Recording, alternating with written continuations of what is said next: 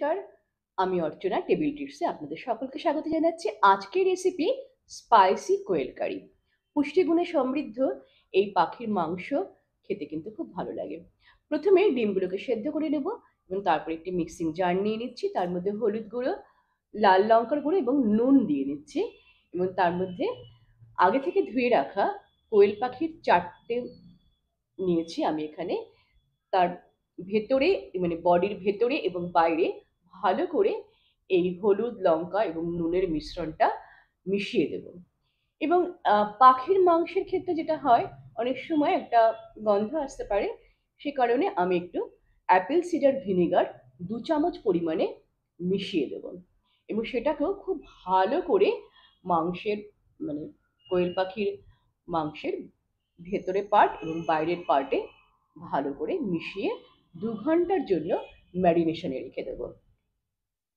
এরপরে যে ডিমগুলো সেদ্ধ করেছিলাম সেই ডিমগুলোকে ছুলে নিয়েছি, তাতে হলুদ গুঁড়ো, লাল লঙ্কার গুঁড়ো এবং নুন দিয়ে ভালো করে মিশিয়ে নিচ্ছি। এইবারে আমি একটা স্পেশাল মশলা তৈরি করব, ড্রাই রোস্ট মশলা। সেখানে আমি নিয়েছি বেশ কয়েকটা পরিমাণে শুকনো লঙ্কা, তেজপাতা, পোস্ত 2 চামচ পরিমাণে পোস্ত, 2 চামচ পরিমাণে চালমগজ এবং গোটা ধনে, গোটা জিরে, 2 চামচ পরিমাণে কাজু, লবঙ্গ, গোলমরিচ ও দারচিনি। এটাকে ড্রাই রোস্ট করে নিয়ে আমি একটা মিক্সিং জারে নিয়ে নেব। আর নিয়ে নিচ্ছি জয়িত্রী এবং জায়ফল। এর একটা পেস্ট বানিয়ে নেব। আর একটা আমি টমেটো ও কাঁচা লঙ্কার পেস্ট বানিয়ে নেব। এবারে কোয়েল পাখিগুলোকে আস্ত অবস্থাতেই আমি ভেজে নেব তেলে।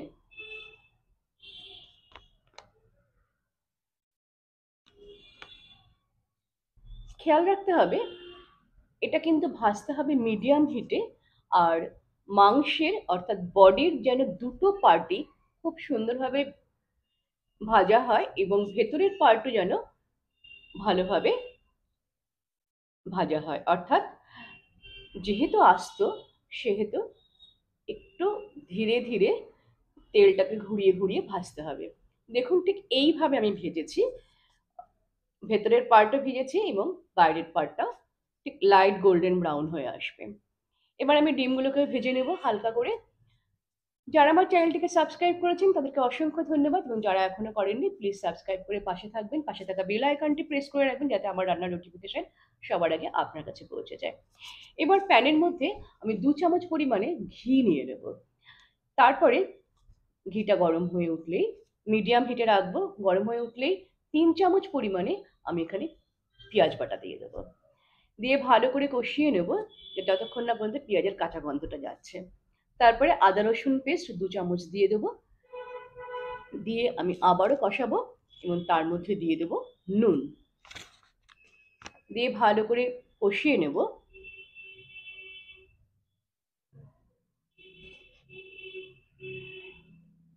যতক্ষণ না পর্যন্ত এর থেকে কাঁচা গন্ধটা যাচ্ছে ততক্ষণ পর্যন্ত কিন্তু মিডিয়াম হিটে এটা কষিয়ে নিতে হবে।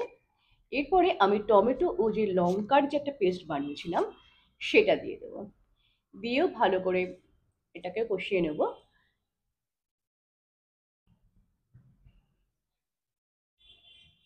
2 মিনিটের জন্য একটু ঢেকে দিলাম যাতে মশলার থেকে তেলটা বেরিয়ে আসে। এরপরে আমি শুকনো হলুদ গুঁড়ো, জিরে গুঁড়ো এবং ধনে গুঁড়ো ও লাল লঙ্কার গুঁড়ো দিয়ে দেবো। দিয়ে আমি একটু সামান্য পরিমাণে গরম জল দিয়ে দেবো। দিয়ে ভালো করে কষিয়ে নেব। এই রান্নায় মাথায় রাখতে হবে মিডিয়াম হিটেতে অবশ্যই হবে, কারণ যেহেতু ঘি আছে আর মশলা এখানে কিন্তু অনেকটাই পড়ছে, যে কারণে আমাদের কিন্তু খুব কম হিটে রান্না করতে হবে। এরপর আমি 2 চামচ গরম মশলা দিয়ে দিচ্ছি। গরম মশলা দিয়ে আবারও কিন্তু কষিয়ে নেব। তারপরে সামান্য পরিমাণে গরম জল দিয়ে দিচ্ছি। ততক্ষণ পর্যন্ত কষাতে থাকবো যতক্ষণ না পর্যন্ত তেলটা উপরে ভেসে আসছে।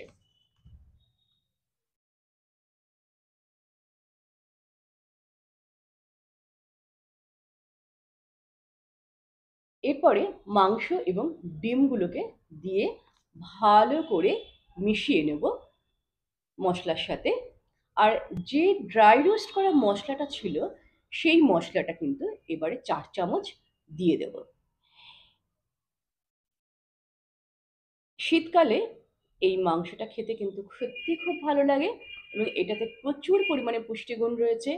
তাই বাচ্চা থেকে শুরু করে বড়রা প্রত্যেকেই আমরা এটা খেতে পারি।